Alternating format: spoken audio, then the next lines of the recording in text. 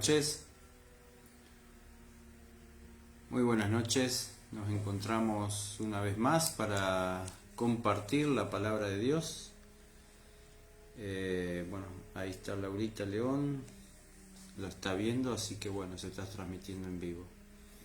Desde ya le envío un saludo enorme a cada uno de los que están presenciando esta transmisión. Saludos de acá en Neuquén, Argentina. Y bueno, vamos a estudiar la palabra de Dios, que eso es lo que nos congrega en este momento y en este horario. Éxodo 14:14, el Señor peleará por vosotros, estad tranquilos. Vamos a hacer una breve oración. Querido Señor, te damos gracias por la vida, por la salud, te damos gracias por la posibilidad una vez más de compartir, de estudiar y meditar en tu palabra. Esa bendición que nos has dado de conocer todos los sucesos relacionados en el gran conflicto, para que podamos conocer todo lo que tienes planeado para cada uno de nosotros y mediante ese conocimiento, Señor, fortalecernos en la fe. Que tu Espíritu Santo pueda guiar esta transmisión. Perdona nuestros pecados, Señor, y acompáñanos en el nombre de Jesús. Amén. Bueno, la última transmisión que había tenido yo personalmente estaba relacionado con las 7 plagas del Apocalipsis, ¿no?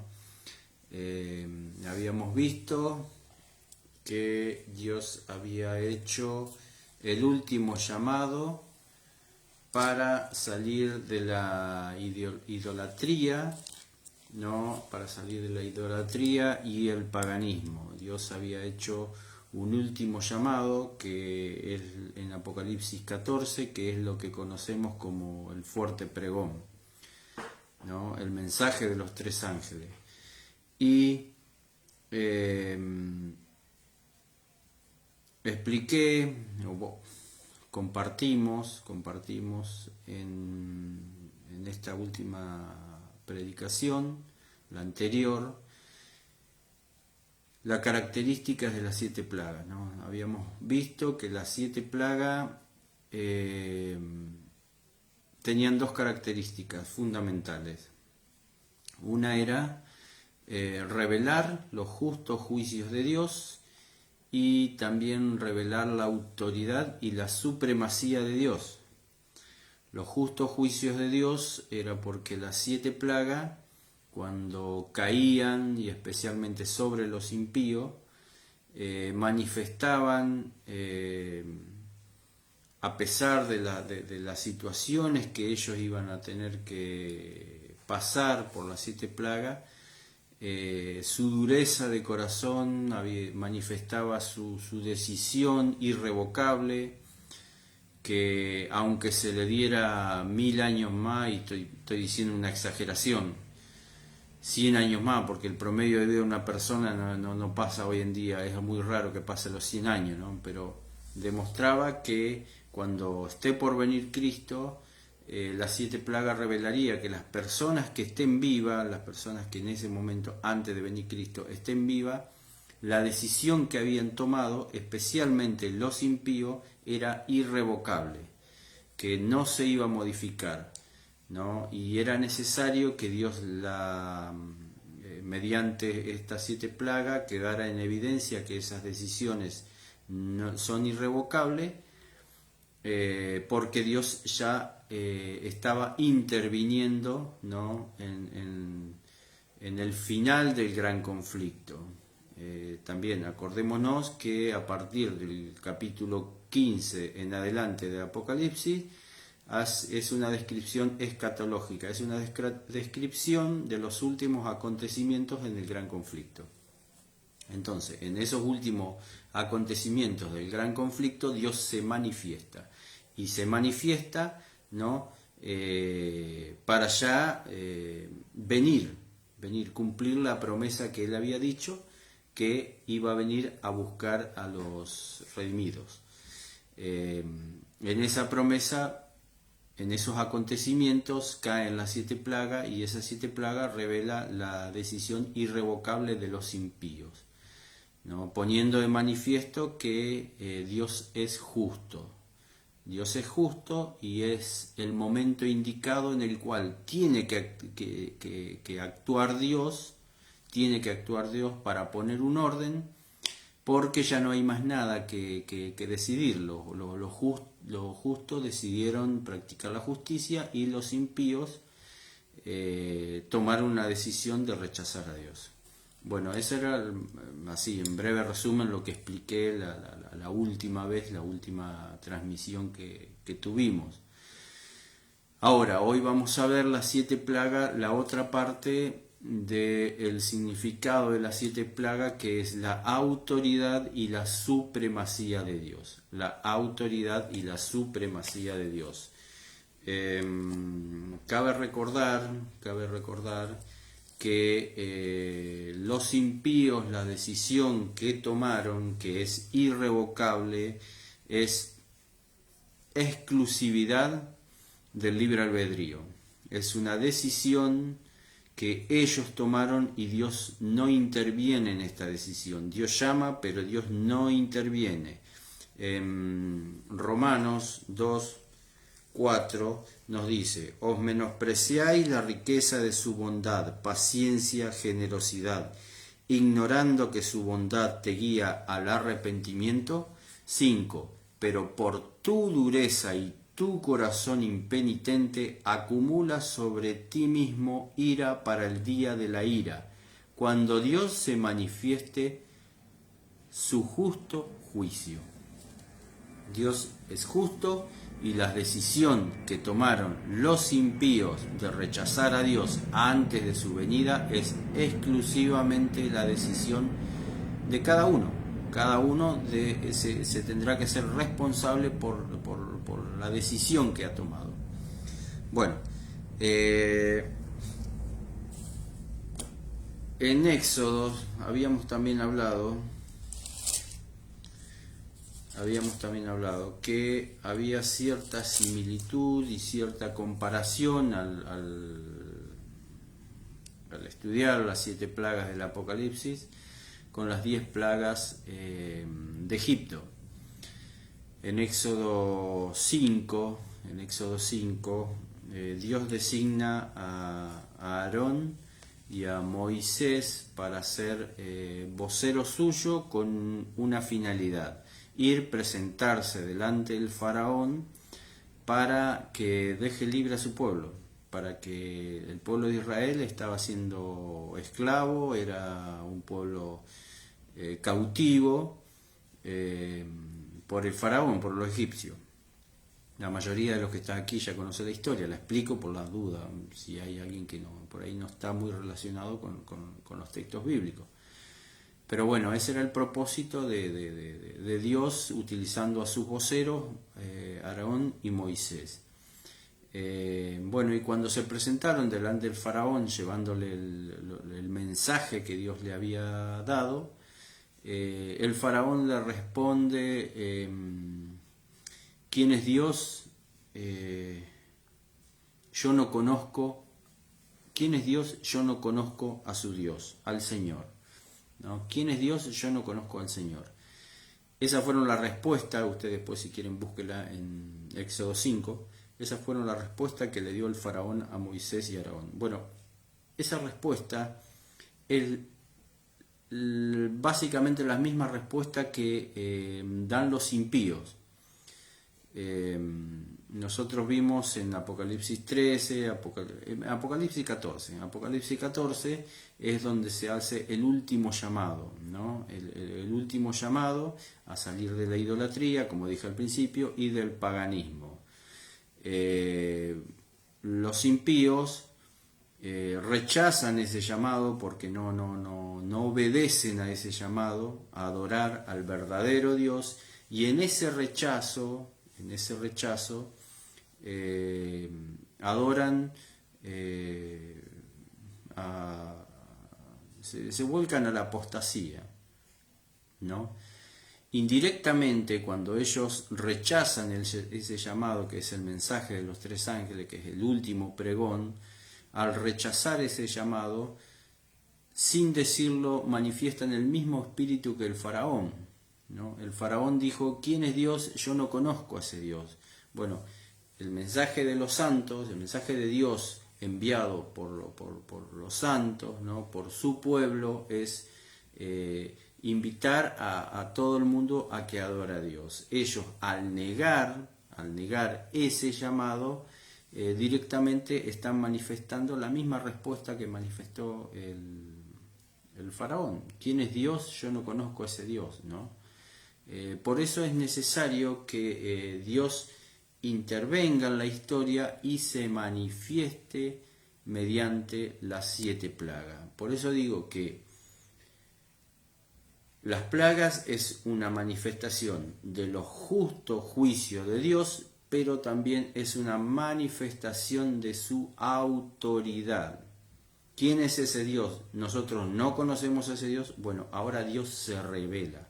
Se revela porque ya es tiempo de que Él intervenga definitivamente para restablecer el orden que había antes del pecado, ¿no? Por eso es una revelación, las 7 plagas, de los justos juicios de Dios, y es una revelación de la autoridad de Dios y su supremacía, ¿no? Vamos a comenzar con una descripción. Por ahí es, a ver cómo decirlo, muchas veces nos gusta escuchar los evangelios, o nos gusta escuchar historias del Antiguo Testamento, porque generalmente nos dejan una enseñanza, nos dejan unos principios en los cuales nosotros podemos aprender de ellos e implementarlo en nuestra vida. Este tema de las 7 plagas, pocas veces, yo personalmente pocas veces lo he escuchado en los sermones. Yo los predico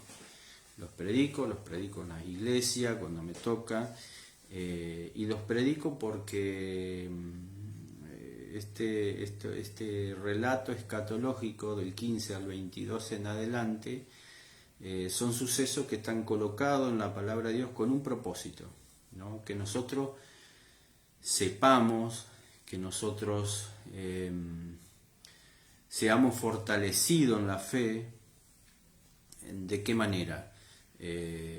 Tengamos confianza, que aunque pasen lo que está pasando hoy en día en el mundo, nosotros podemos confiar en que Dios intervendrá y Dios pondrá una solución definitiva a todos estos problemas que estamos viviendo.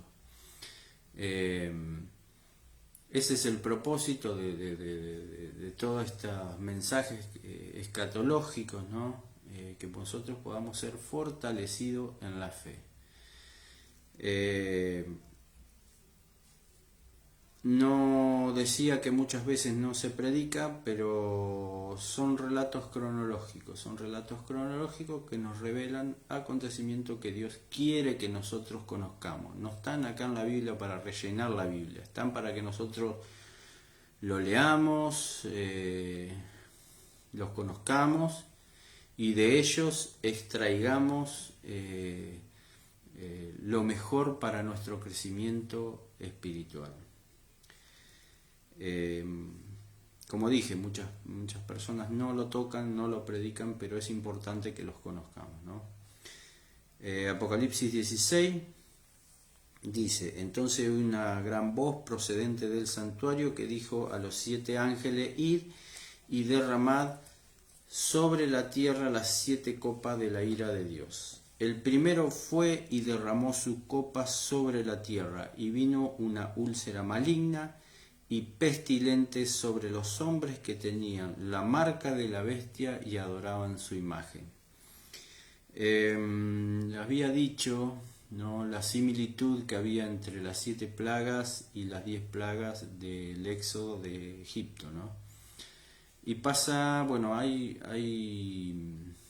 por ejemplo, dos registros con respecto a úlceras y a esta plaga, ¿no? Para que nosotros tengamos un parámetro de qué es lo que está diciendo y por qué.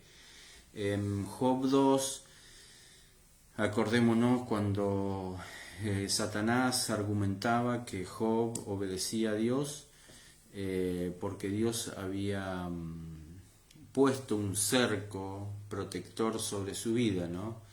Dios sabía que Job lo servía y lo servía y le era fiel porque lo amaba, ¿no?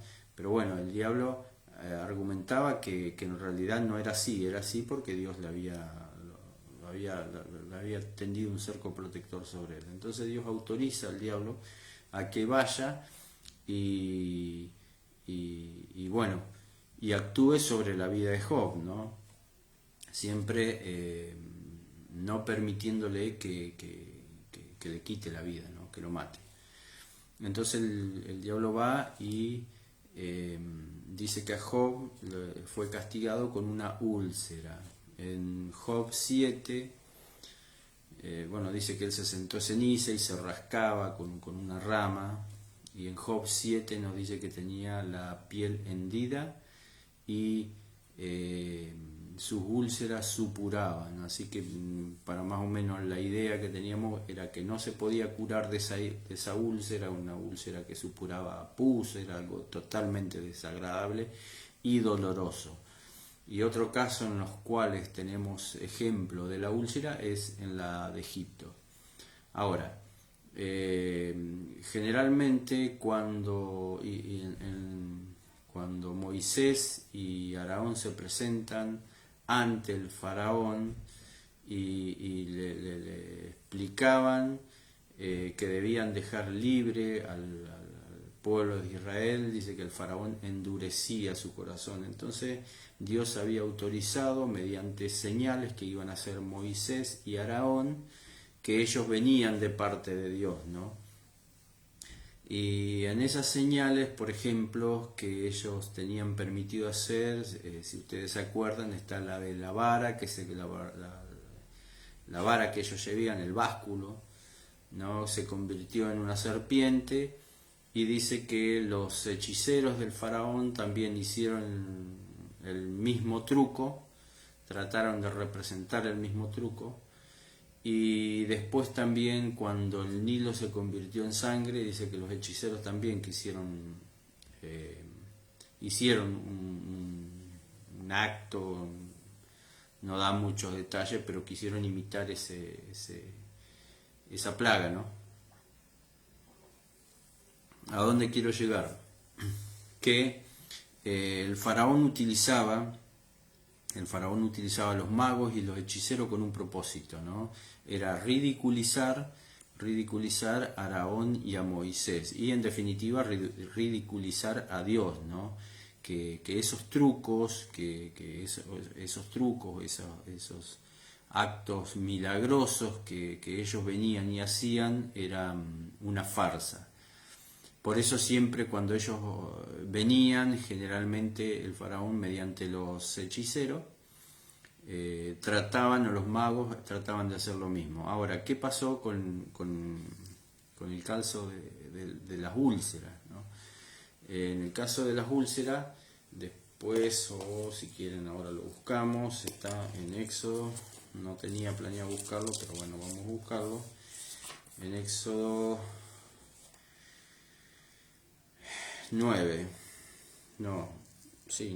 dice: el Señor dijo a Moisés y a Aarón: tomad puñado de cenizas de un horno, y Moisés la esparcirá al cielo ante el faraón, y vendrá a ser polvo sobre todo Egipto, que producirá sarpullido y úlcera en los hombres y en la bestia por todo Egipto. Y tomaron cenizas de un horno, se pusieron ante Faraón, y Moisés las esparció al cielo, y vino sarpullido y úlcera en los hombres y en las bestias. Versículo 11.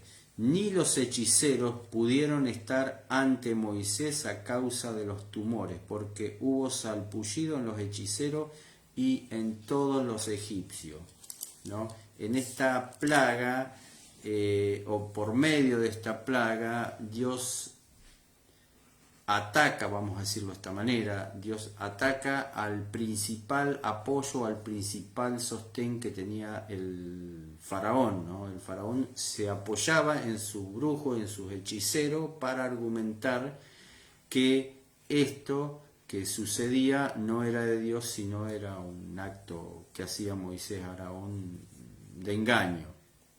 Entonces Dios lo que hace es enviarle estas úlceras, y estas úlceras atacan directamente también a los hechiceros. Entonces donde ellos se apoyaban queda virtualmente desacreditado.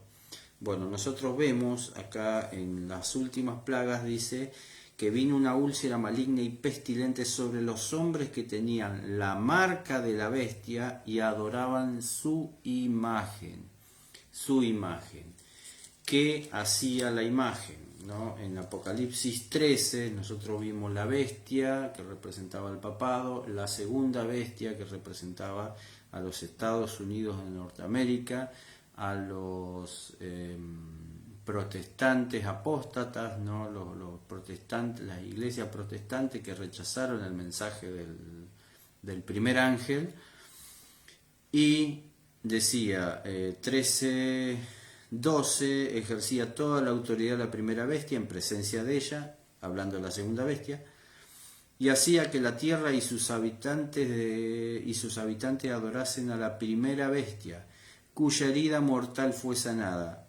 Y fíjense, realizaba grandes señales y hasta hacía descender fuego del cielo a la tierra ante los hombres. Con las señales que se le permitió realizar en presencia de la primera bestia, engañaba a los habitantes de la tierra. ¿Estamos claros?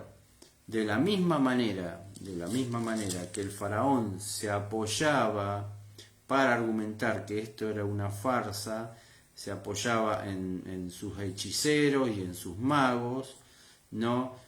Nosotros vemos cómo la segunda bestia utiliza también estas señales de milagros y estas señales dice, hace descender fuego del cielo ante los hombres. ¿Para qué? Para engañarlo, para demostrar que ellos tenían poder, que ellos eran los merecedores de la adoración. Bueno, ahora Dios le envía esta úlcera maligna y pestilente especialmente a ellos.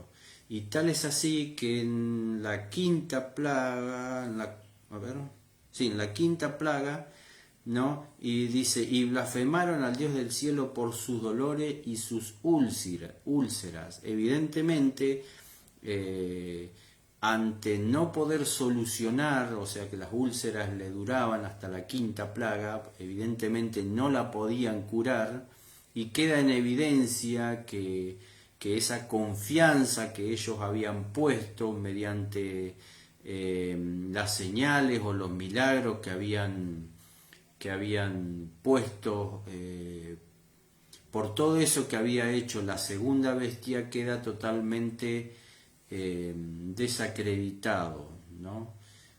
Por eso vuelvo a reiterar, el propósito de las plagas también es demostrar la autoridad de Dios y la supremacía de Dios, que Dios está por sobre estos poderes que obraban milagros, Dios está por sobre estos poderes que imponían adoración, está por sobre todos estos poderes que engañaban, ¿no?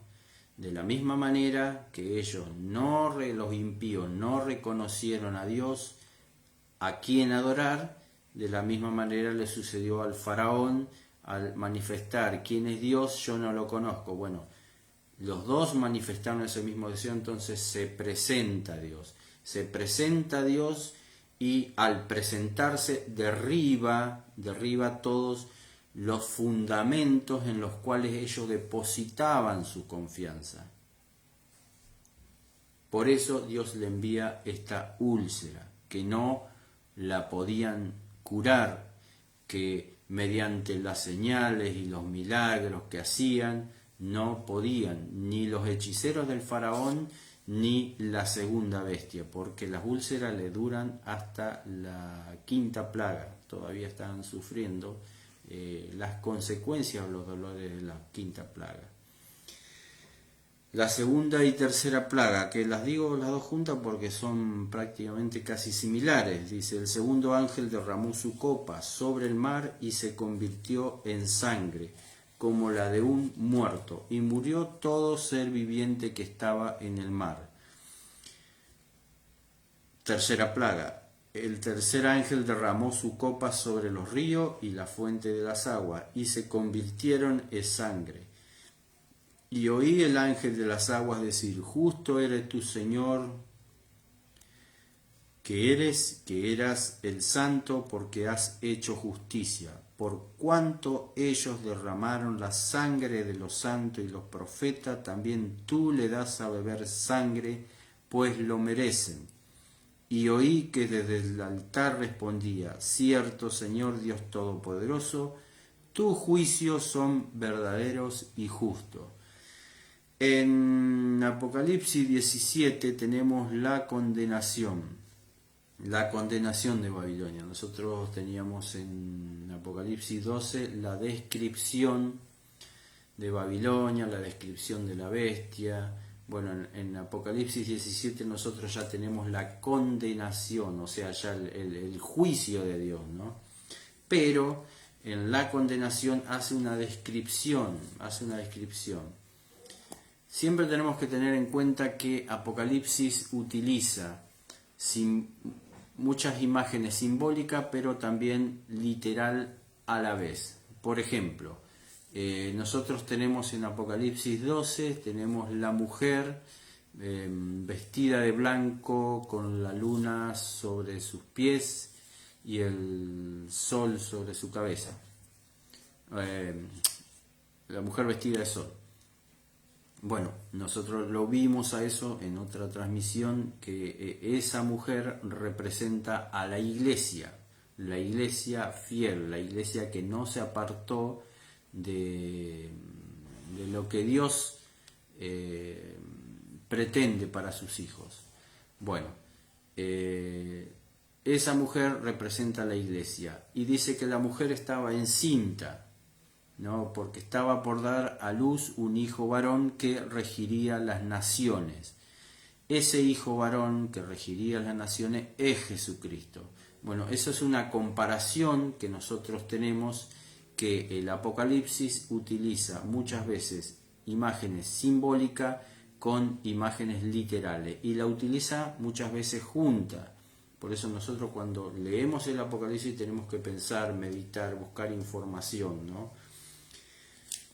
En Apocalipsis 17 nos dice la condenación de Babilonia. Babilonia representaba todos los poderes eclesiásticos apóstatas, tanto el papado, la Iglesia Católica, Apostólica Romana, y lo voy a decir así con todas las letras porque ya lo dije en otra oportunidad, y representa también las iglesias protestantes, apóstatas, la iglesia protestante que rechazaron el mensaje de los tres ángeles.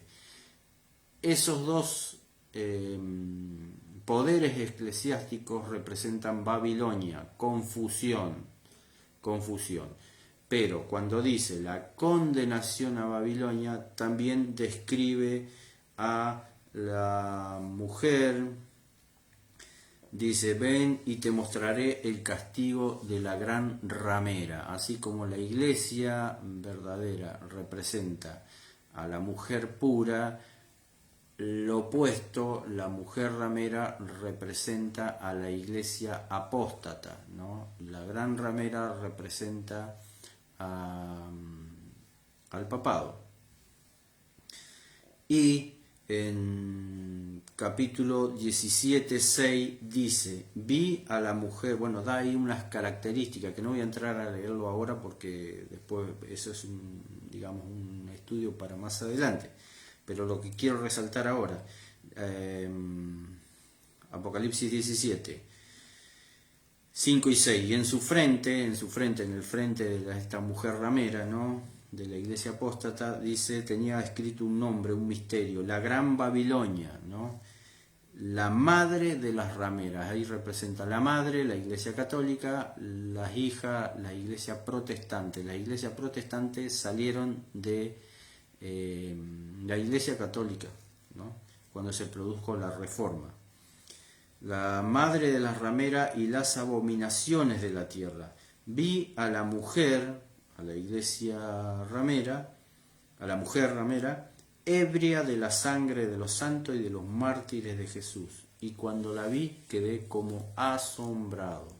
Bueno, esta plaga, ¿no? La segunda plaga y la tercera plaga es una retribución, lo dice el texto bíblico, es una retribución por la actividad que habían hecho a lo largo de la historia y en este último tiempo también, porque nosotros acordémonos que aquel que no adoraba a la imagen que había hecho la segunda bestia era perseguido y hasta se le había permitido a este poder darle muerte a los santos. Por lo tanto, ellos son culpables, ¿no?, del derramamiento de los hijos de Dios. Por eso, en la segunda y la tercera plaga dice, por cuanto ellos derramaron la sangre de los santos y de los profetas, también tú le das a beber sangre, pues se lo merecen. Les vuelvo a recordar, como en la primera plaga, las úlceras, y en la segunda plaga, Dios demuestra su autoridad y su supremacía, ¿no? Cuarta plaga, el sol quema a los rebeldes. El cuarto ángel derramó su copa sobre el sol y le fue dado a quemar a los hombres con fuego. Y los hombres se quemaron con el gran calor y blasfemaron el nombre de Dios que tiene poder sobre estas plagas. Y no se arrepintieron para darle gloria, ¿no? Ellos reconocen, ¿no?, porque dicen, blasfemaron el nombre de Dios que tiene poder sobre estas plagas. Bueno, esta plaga no hace falta mucho agregar, ¿no? Nosotros vemos hoy en día como donde hay lugares donde hay alta temperatura, como afecta a las personas, pero esto va a ser algo, digamos, fuera de lo común, algo que todavía no hemos visto, ¿no? Porque dice que le fue dado quemar a los hombres con fuego, va a ser un calor nunca antes visto. Y esto no solamente afectará de manera directa, sino también indirectamente, porque nosotros sabemos que al haber exceso de temperatura afecta a la vegetación, afecta a los animales, por lo tanto, no solo el resultado de esta plaga va a ser quemar a las personas, sino que traerá hambre, traerá escasez de alimento, traerá sequías. Bueno, será una plaga bastante impactante, ¿no? La quinta plaga, el quinto ángel derramó su copa sobre el trono de la bestia y su reino se volvió tenebroso y se mordían sus lenguas de dolor y blasfemaron al Dios del cielo por sus dolores y sus úlceras y no se arrepintieron de sus obras, ¿no? El castigo de la quinta plaga, vamos a decirlo de esta manera, es específicamente, ¿no? Habíamos hablado quién era la bestia, quién representaba la bestia, y el texto más, la traducción más,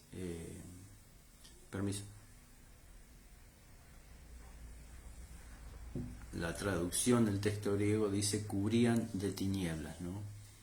Cubrían de tinieblas. El trono de la bestia, que hoy nosotros lo conocemos como el Vaticano, será cubierto de tinieblas, ¿no? Y dice que será cubierto de tinieblas el Vaticano y su reino. Bueno, a lo largo de la historia, la bestia, el papado, como quieran llamarlo ustedes, ¿no? Se adjudicó ser luz, ¿no? Se adjudicó ser representante de Dios, se tomó atribuciones que no le correspondía, trató siempre de ponerse en el lugar de Cristo como intercesor, ¿no? Ante Dios, ante los hombres. Bueno, entonces Dios, mediante esta plaga, le demuestra y demuestra que toda la confianza que se habían puesto en este poder era una confianza que no tenía fundamento, porque la bestia o el papado no representa lo que Dios quiere para el ser humano.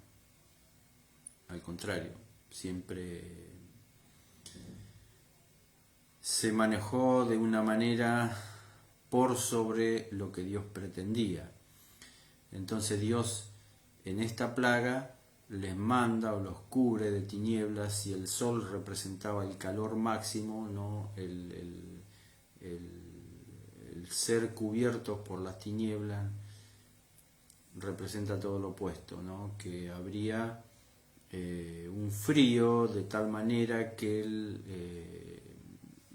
dice que se mordiría, y su reino se volvió tenebroso.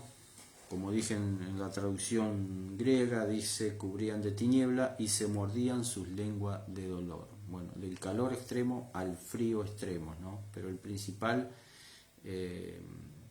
objetivo de esta plaga es demostrar qué es lo que era la bestia, ¿no? Qué es lo que es la bestia, ¿no? Un poder que engaña, un poder que no es luz, que es todo lo opuesto, que es oscuridad, ¿no? Y todos los que habían depositado su confianza en este poder pueden observar, pueden reconocer que este poder no representa a Dios. En la sexta plaga tenemos: el sexto ángel derramó su copa sobre el gran río Éufrates, y sus aguas se secó para preparar el camino para los reyes que vienen del oriente. Bueno, toda esta frase este versículo es simbólico. Nosotros conocemos, si nosotros nos vamos a Jeremías 51, 12 y 13, tenemos una profecía de cómo iba a caer Babilonia, la Babilonia literal, la ciudad de Babilonia. Y después tenemos en Daniel, Daniel 5, 29, 30 y 31, nosotros vemos cómo la Babilonia literal estaba atravesada por el río Éufrates, ¿no? El río Éufrates fue desviada con un propósito, para que las tropas de Medo-Persia pudieran ingresar a Babilonia y tomarla, ¿no? Tomar posesión de la ciudad de Babilonia. Y bueno, eso es lo que nos dice la palabra con respecto a Babilonia, al río Éufrates, y cómo fue necesario que se secara ese río para que las tropas de Medo-Persia pudieran tomar Babilonia. Ahora, ¿por qué utiliza esta historia para describir los acontecimientos finales? Bueno, nosotros sabemos que la Babilonia, lo dije hace un ratito, la condenación de Babilonia en Apocalipsis 17, Babilonia en Apocalipsis significa los poderes eclesiásticos apóstatas, ¿no? Los poderes eclesiásticos, tanto el papado como las iglesias protestantes apóstatas. Eso significa, representa Babilonia en Apocalipsis. El río Éufrates, nosotros encontramos en Apocalipsis 17, 15, las aguas que viste donde la ramera se sienta son pueblo, muchedumbres, naciones y lengua. Por lo tanto, Babilonia en Apocalipsis representa a los poderes eclesiásticos apóstatas, el río Éufrates representa a los pueblos, a la muchedumbre, a las naciones, ¿no?, que protegen a Babilonia, ¿no?, de que Babilonia no caiga, así como el río Éufrates literal protegía a Babilonia de que no caiga, ¿no?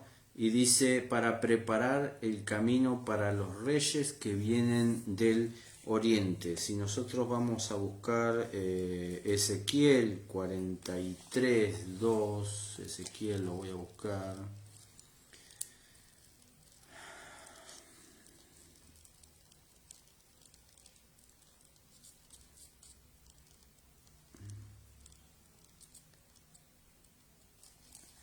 Ezequiel 43, 2 dice, entonces me llevó a la puerta oriental y vi a la gloria de Dios de Israel que venía del oriente. Su sonido era como de muchas aguas y la tierra se llenó de la luz de su gloria. Y en Apocalipsis 7.2. En Apocalipsis 7.2 también dice que Juan vio un ángel que venía del oriente, de lo que se conoce también como el naciente, ¿no?, por donde sale el sol. Bueno, Jesucristo vendrá, cuando Jesucristo viene, dice que va a venir del este, del oriente. Entonces, cuando dice, para preparar el camino a los reyes que vienen del oriente, representa la venida de Jesucristo, ¿no? Ahora, si la Babilonia representa los poderes apóstatas, el río Éufrates representa los pueblos y las muchedumbres que le dan su apoyo a la Babilonia, y dice que se seca, porque dice, y su agua se secó. ¿Por qué su agua se secó? A medida que van cayendo todas las plagas y que Dios va demostrando, como dije al principio, su supremacía y su autoridad, va demostrándole a la gente, y específicamente, puntualmente en la quinta plaga, donde dice que el trono de la bestia se vio envuelto en tiniebla, queda en evidencia que el engaño que había hecho la bestia con la segunda bestia, haciendo milagros y haciendo todo, era un poder que no tenía la aprobación de Dios y el apoyo de Dios. Entonces las personas se dan cuenta, y cuando dice y se secó el río Éufrates, es porque las naciones, los pueblos, la muchedumbre, todas las personas se dan cuenta que en realidad la bestia no era un poder que representa a Dios, retiran su apoyo, le retiran toda esa aprobación que le daban. Los impíos se dan cuenta que contra quien estaban luchando era contra Dios, ¿no? Recién ahí los impíos se dan cuenta que contra el que estaban luchando era contra Dios, ¿no? Y entonces se dan cuenta y por eso le retiran su apoyo. Por eso hace la descripción simbólica. Y el agua del río Éufrates se secó. ¿Se secó para qué? Para la venida de los reyes del oriente, que es la venida del Señor Jesucristo. Nosotros vemos como durante toda esta secuencia, espero que me entienda y espero ser claro, le pedí a Dios que me dé facilidad de palabra para ser claro, mediante toda esta secuencia, vuelvo a reiterar, Dios demuestra su autoridad y su supremacía. Mediante todas estas plagas, Dios le revela a los impíos contra quién habían estado luchando, y le revela quién era la bestia y a quién representa la Babilonia. Por eso todos los pueblos, las naciones le retiran su apoyo, ¿no?, a estos poderes, pero estos poderes, dice el capítulo 13, y vi salir de la boca del dragón, de la boca de la bestia y de la boca del falso profeta 3 espíritus impuros como rana. Bueno, ahí están representados, de la misma manera que nosotros encontramos la Biblia Dios Padre, Dios Hijo y Dios Espíritu Santo, también encontramos en Apocalipsis la falsa Trinidad. El dragón, que representa al diablo, ya lo hemos visto, la bestia, que representa al papado, y el falso profeta, que es las iglesias protestantes apóstatas. Ahí tenemos la falsa Trinidad. Y esta falsa Trinidad dice que de su boca, o sea, la política que implementa esta falsa Trinidad, 3 espíritus impuros como rana, que son espíritus de demonio, que hacen señales, ¿no? Hacen señales y van a los reyes de todo el mundo para reunirlo para la batalla de aquel gran día del Dios Todopoderoso. Mirad que yo vengo como ladrón. Dichoso el que vela y guarda su ropa para que no ande desnudo y vea su vergüenza. Entonces se reunieron los reyes en el lugar que en hebreo se llama Armagedón. Al retirarse todo el apoyo a esta iglesia apóstata, a la Babilonia espiritual, ¿no?, que no representa a Dios, al retirarse dice que ellos mediante señales o mediante milagros, ¿no?, dice que sale de su boca, o sea que producen hechos milagrosos, eventos milagrosos para reunirlo, para tratar de reunir a los reyes. ¿Para qué? Para la batalla de aquel gran Dios, del gran día del Dios Todopoderoso. Ahora la pregunta: si Cristo no vino todavía, ¿por qué dice aquella gran batalla del Dios Todopoderoso? Bueno, nosotros vimos que a lo largo de la historia, como estos poderes siempre han atacado al pueblo de Dios. Y nosotros vimos como en Apocalipsis 13, ellos al no aceptar la imagen de la bestia, al no recibir su marca, ¿no?, es objeto de persecución, es objeto de muerte, porque dice que habrán algunos hijos de Dios que morirán, algunos mártires.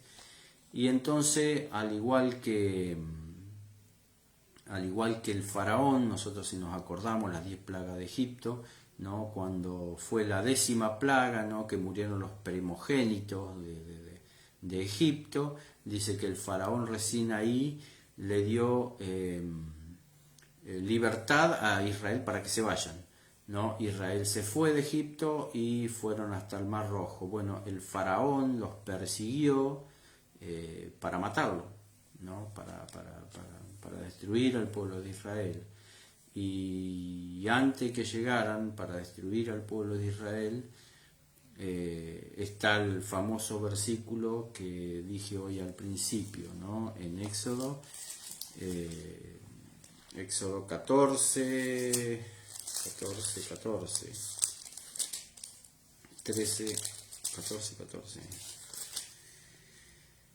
Pero Moisés dijo al pueblo: no temáis, manteneos tranquilos y veréis la salvación que el Señor os dará, porque estos egipcios que hoy veis nunca más lo veréis. El Señor peleará por vosotros, estad tranquilos. Cuando todos estos poderes vean que causan el efecto que causan todas estas plagas, el último ataque o el último intento de ataque directamente contra Dios será exterminar a su pueblo, matar a los santos que queden aún en pie antes de la venida de Jesucristo. Pero antes de que suceda esto, Dios intervendrá. Dios no permitirá que su pueblo, que sus hijos, que no aceptaron la marca de la bestia, que no se inclinaron ante ella, ante su imagen, mueran. Armagedón, ¿no? La traducción de Armagedón es el monte de Megido. También la traducción es en hebreo es el monte de reunión o monte de la asamblea. Si nosotros vamos, ahora no lo voy a buscar, en Isaías 14, ¿no? Cuando habla de la caída del rey de Babilonia, que es Lucifer, ¿no? Dice: tú que decías, subiré a lo alto del cielo y me sentaré en el monte de la reunión, ¿no? El gran conflicto siempre fue el diablo queriendo ocupar el lugar de Dios. Bueno, todos estos acontecimientos, que espero haberlo podido explicar de la mejor manera, anuncian que se viene la batalla final, vamos a decirlo de esta manera, ¿no? La batalla final en la cual Dios intervendrá antes de que su pueblo sea exterminado y antes de que su pueblo sea muerto. Dios intervendrá, porque el que peleará por su pueblo es Dios, no los santos, ¿no? Los impíos tratarán movidos por las señales, movidos por el impulso que le dará, ¿no?, esta falsa Trinidad, ¿no?, mediante señales. Ellos tratarán de eliminar al pueblo de Dios, pero el pueblo de Dios no peleará. El que peleará esta batalla es Dios. Por eso dice, en la gran batalla del Armagedón, la gran batalla por quién es el Dios verdadero. Por eso vuelvo a reiterar, es una demostración del justo juicio de Dios, pero una demostración de la supremacía de Dios. Dios se va a manifestar para demostrar que Él es Dios. Y Él tiene la supremacía y Él tiene la autoridad.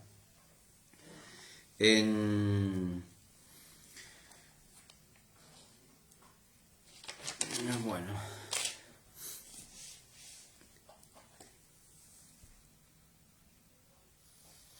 la séptima plaga.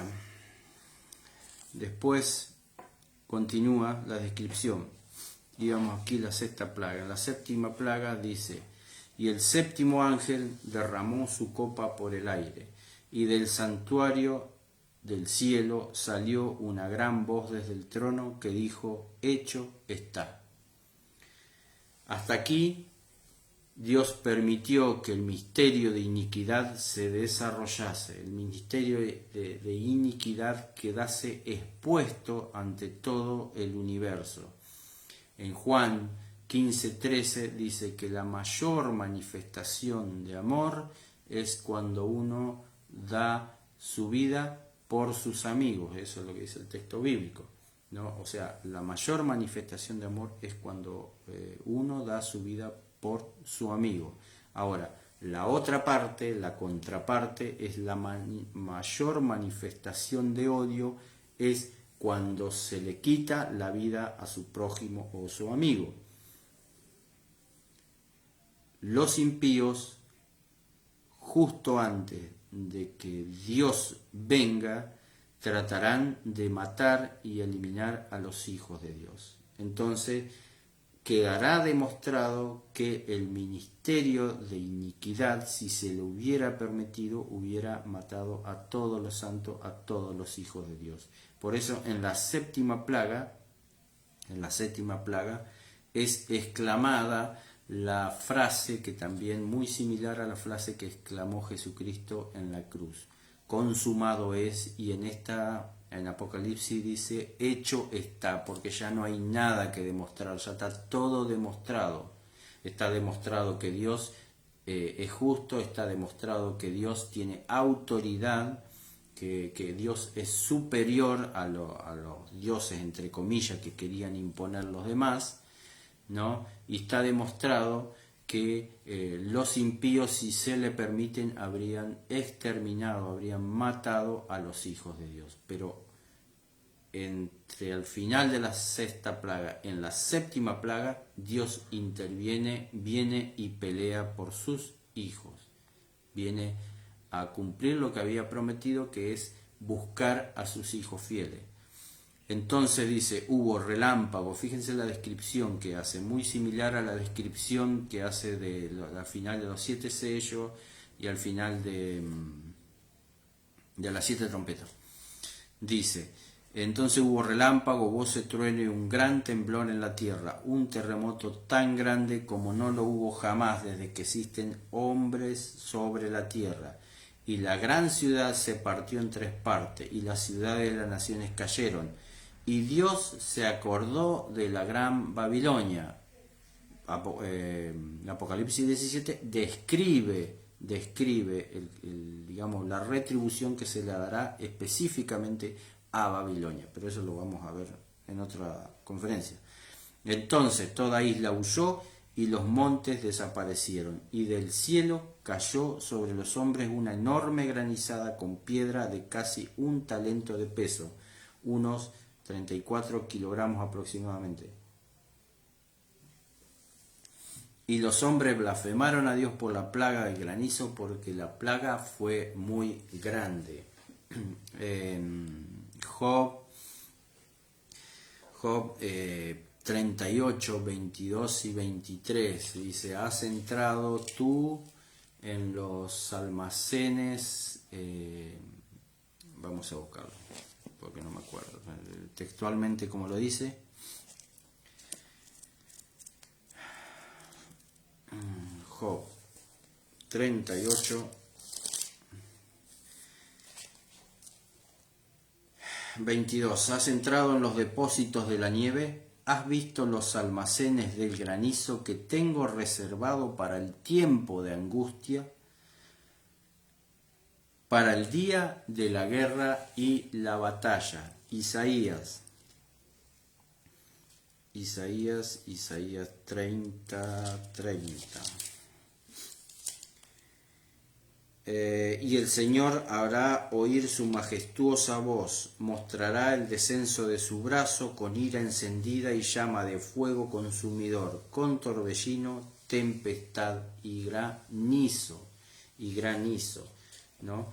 Y si nosotros vemos en Apocalipsis 19, 11 al 21, hace una descripción más detallada de la venida de Jesucristo, de este momento que estamos leyendo en la 7ª plaga, porque dice: entonces vi el cielo abierto y un caballo blanco, y su jinete se llama Fiel y Verdadero, que juzga y pelea con justicia. Él peleará por nosotros. Sus ojos eran como llama de fuego y había en su cabeza muchas diademas. Tenía escrito un nombre que ninguno conocía sino él mismo. Vestía una ropa empapada en sangre y su nombre es el Verbo de Dios. Los ejércitos celestiales vestidos de lino finísimo, blanco y limpio lo seguían en caballos blancos. De su boca salía una espada aguda para herir con ella las naciones. Él las regirá con barra de hierro y pisará el lagar de vino del furor de la ira del Dios Todopoderoso. En su vestido y en su muslo tiene escrito este nombre: Rey de Reyes y Señor de Señores. Y vi un ángel de pie en el sol que clamó a gran voz a todas las aves que volaban por el cielo: venid, congregaos a la gran cena del Señor, para que comáis carne de reyes y de jinete y carnes de todos, libres, siervos, pequeños y grandes. 19. Y vi a la bestia y a los reyes de la tierra con sus ejércitos reunidos para combatir al que montaba al caballo y su ejército. Y la bestia fue apresada, y con ella el falso profeta que había hecho las señales ante ellos. Ahí vemos las señales que manifiesta la segunda bestia. Con esas señales había engañado a los que recibieron la marca de la bestia y adoraron su imagen.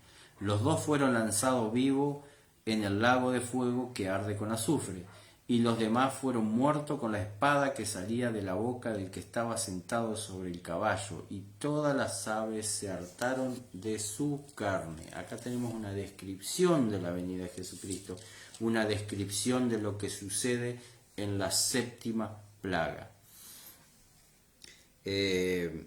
Siempre debemos recordar que el relato de esta 7ª plaga es el relato de la intervención de Dios, y los que reciben las 7 plagas son los impíos. Y siempre debemos recordar que es la intervención de Dios para cumplir su propósito y para cumplir su promesa de venir a buscar a sus hijos y no permitir que sean destruidos. En Apocalipsis 49, 14, 15 y 16 dice: se olvidará la mujer de su hijo, de su vientre. Bueno, yo no lo digo así para no leerlo tan textual ni buscarlo también, ¿no? Yo no me olvidaré de ti, porque te tengo esculpida en las palmas de mi mano, dijo Jesucristo, ¿no? Él dio su vida por sus hijos, Él dio su vida por todos aquellos que lo aceptaron como Dios en la vida de cada uno, ¿no? Entonces Él viene a buscarlo, Él tiene registrado quiénes son sus hijos.